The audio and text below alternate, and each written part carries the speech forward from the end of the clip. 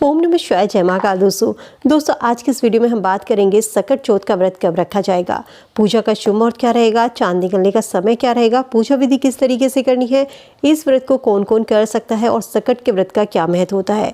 दोस्तों जैसा कि नाम से ही प्रतीत होता है, सकट चौथ अर्थात संकट हरने वाला। सकट चौथ का व्रत भगवान गणेश को समर्पित होता है और भगवान गणेश, जिसे हम विघ्नहर्ता के नाम से भी जानते हैं, हिंदू धर्म में सकट चौथ के व्रत का विशेष महत्व होता है। सकट चौथ के व्रत को कहीं कहीं पर तिलकुट चौथ का व्रत भी कहा जाता है, क्योंकि इस दिन तिल और गुड़ से बने प्रसाद का विशेष महत्व होता है। उस दिन जब व्रत खोला जाता है तो सबसे पहले इसी को प्रसाद के रूप में ग्रहण किया जाता है। ये व्रत जो है खास तौर पर माताएं जो है अपने बच्चों की दीर्घायु के लिए, घर में सुख समृद्धि के लिए रखती हैं। इस दिन हम भगवान गणेश की पूजा करते हैं, सकट माता की पूजा करते हैं। कहते हैं इस व्रत को रखने से बच्चों पर आने वाले सभी संकट दूर होते हैं, घर में खुशहाली आती है। तो चलिए जान लेते हैं कि जनवरी जो कि साल का पहला महीना है, इस महीने में सकट चौथ का व्रत कब रखा जाएगा, पूजा का शुभ मुहूर्त क्या है। हिंदू पंचांग के अनुसार हर महीने के शुक्ल पक्ष और कृष्ण पक्ष 2 आते हैं और इन चतुर्थी तिथि पर भगवान गणेश की आराधना की जाती है। इनमें महत्वपूर्ण होता है सकट चौथ का व्रत। जो ये व्रत होता है ये हर साल माघ महीने के कृष्ण पक्ष की चतुर्थी तिथि को मनाया जाता है। तो इस बार 17 जनवरी दिन शुक्रवार को ये व्रत मनाया जाएगा, लेकिन कोई भी व्रत या त्योहार उदय तिथि के आधार पर मनाया जाता है। तो 17 जनवरी को सुबह 4:06 से ये तिथि शुरू होगी और इस तिथि का समापन 18 जनवरी को सुबह 5:30 पर होगा।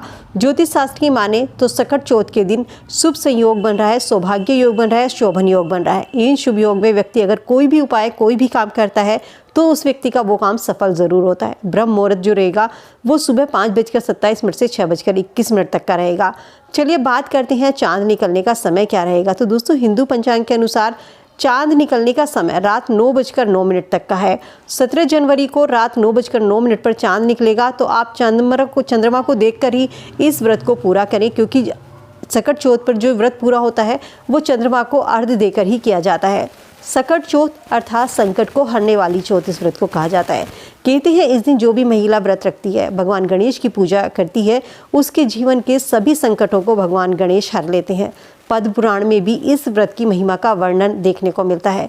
ये व्रत खास तौर पर माताओं के लिए सबसे महत्वपूर्ण माना जाता है, क्योंकि माताएं जो होती हैं अपने बच्चों की भलाई बुराई और उनकी खुशहाली के लिए इस व्रत को करती हैं। अगर किसी का बच्चा गलत संगत में चल रहा है, किसी बच्चे के ऊपर कोई संकट है या जिस तरीके की भी लगता है आपको आपके बच्चे पर परेशानी है, वो माताएं इस व्रत को करें और बच्चे की खुशहाली के लिए, उसकी दीर्घायु के लिए हर माता को सकट चौथ का व्रत जरूर करना चाहिए। ये व्रत आपको किस तरीके से करना है, पूजा विधि थोड़ी सी जान लेते हैं। तो सकट चौथ के दिन दोस्तों सुबह उठकर स्नान करना है, इसके बाद आपको साफ वस्त्र पहनने हैं, भगवान गणेश का ध्यान करते हुए व्रत का संकल्प लेना है, हाथ में थोड़ा सा गंगा जल लेना है, चौकी पर एक लाल रंग का कपड़ा बिछाकर वहाँ पर भगवान गणेश और अगर सकट माता की तस्वीर है तो उसको स्थापित करें, अगर नहीं है तो अपने मन में माता की मूर्ति को स्थापित कीजिए।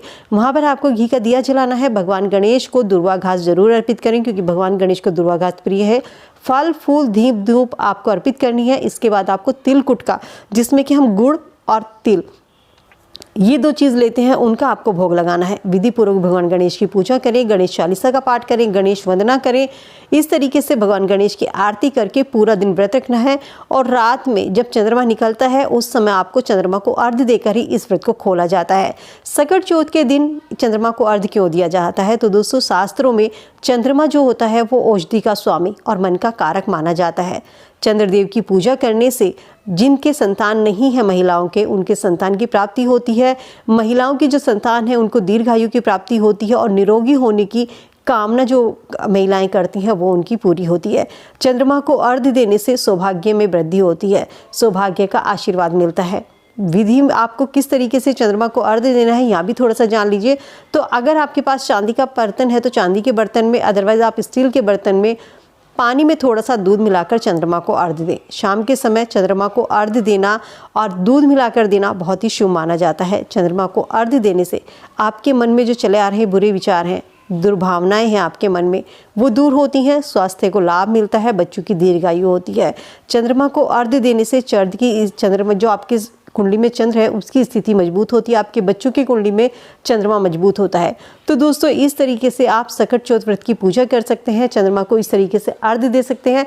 तो ये थी सकट चौथ व्रत की पूजा विधि, किस तरीके से आपको करनी है और क्या क्या आपको किस तरीके से जल देना है। उम्मीद करती हूँ दोस्तों वीडियो में दी गई जानकारी आप सबके काम आएगी, वीडियो से आप लाभ उठाएंगे। वीडियो पसंद आई तो दोस्तों के साथ में लाइक शेयर जरूर कीजिए। ऐसी और वीडियो के लिए चैनल को सब्सक्राइब करके नोटिफिकेशन बेल को जरूर दबा लें। थैंक्स फॉर वॉचिंग दोस्तों, मिलती हूँ नई वीडियो में नई जानकारी के साथ।